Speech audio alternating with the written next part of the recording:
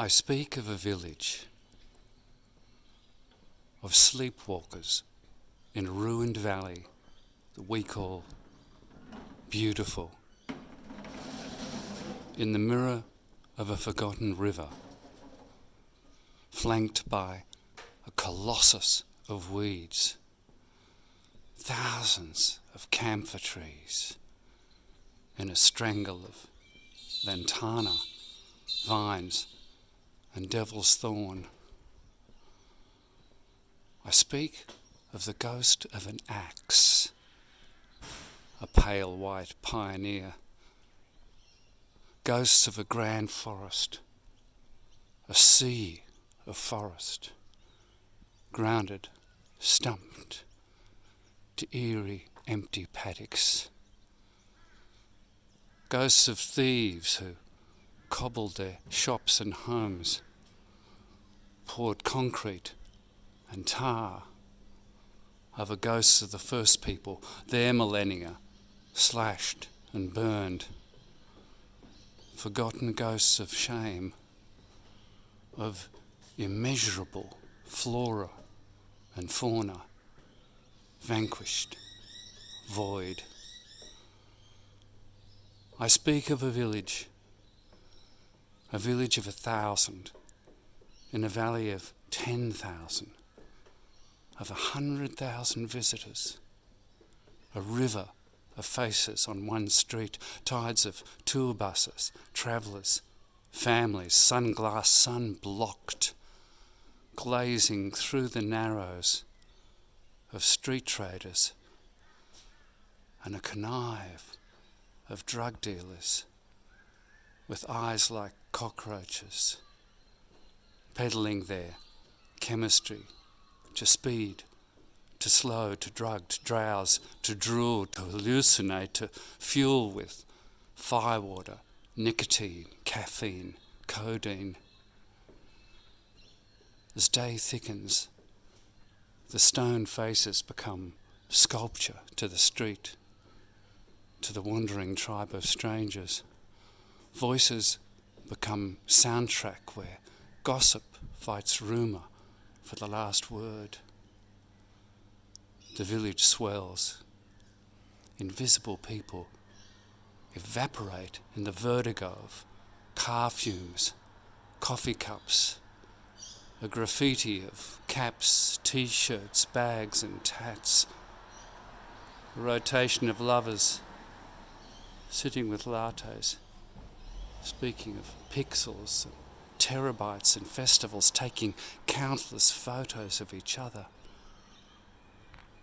I speak of a Facebooked village, a fleeting army of friends saying, see me, feel me, hear me, like me, please, like me, LOL, BFF, WTF or whatever.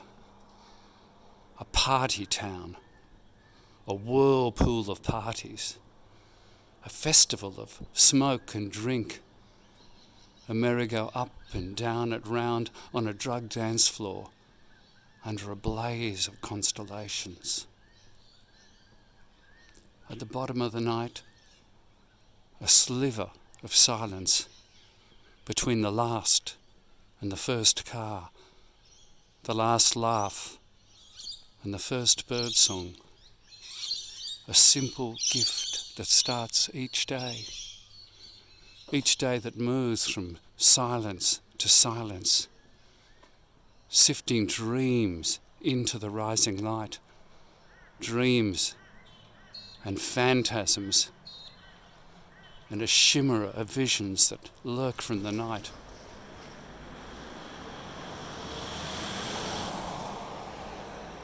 Visions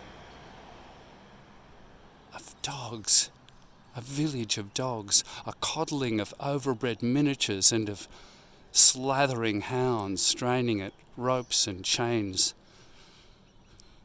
Visions of dead men walking with guitars, with three-legged dogs under a hostile sun, a black three-legged cat, a tatter of prayer flags, a python neck scarf, a face tattooed as spider webs. Visions of tanned, beautiful people speaking French, Spanish, German, Italian, Chinese, Japanese. Visions of the crisscrossed paths of mothers leading duckling lines of children with their confections, fairy wings, and plastic guns. Visions of the march of the toad, the war of the toad. Visions of a procession of lightning marching from the west when rain becomes the face of the village and the forgotten river remembered, finally, in its rage. A runaway clock, cash register clock, opens and closes the village each day, opens aromas of the baker's oven, opens a curtain on the painter's canvas, opens the hands of the artist, the flower of the dancer, the poet's page waiting for words. Peacemakers chalk their actions on the paths of the painted street as the village is flushed with a legion of school buses and a dazzle of children. Under a mockery of crows, under a Greek chorus of kookaburras, the street theatre plays, melodrama, circus and curse, occasional uproar, strange fashions, plays boredom, relentless parade plays twitter and chatter, plays joy and brimming laughter. I speak of a village, of an hour when the houses are sleeping, the cars are sleeping, when the moon rolls down the street. The village invents another village. Buried idols of dead singers and their harlequin and rainbow and crashed velvet and bandanas, carrying guitar cases, mandolins and dulcimers into a hostage of candles and incense. Apparitions ramble the night into pieces, into the weight of years. Memories of moon dances and mud, the lunatic in the park, ghosts of police, of teachers, of doctors and nurses who picked up the pieces, patched them and put them back on the one street. A village of 4 empty churches, locked curios that open 1 hour each month, where the aging faithful whisper words to a saint or a virgin or a god who left town years ago. I speak of a village, a novelty of history, a relic of peace and love, a village that never wonders how it came to be, how it stole its way into the hearts of others, how it stole. The naked hills, watching all the comings and goings, beholding the line of village where the land is sliced like bread into parcels, quarters, eighths, 16ths, and beyond, on deep green slopes, murmurs and echoes of love stories, sleeping under the blanket of the forest, under the drumming of the moon.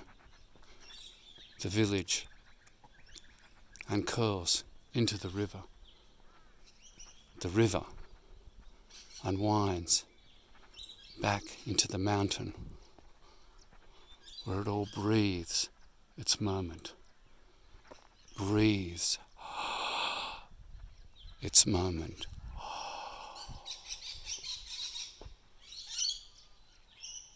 And is gone.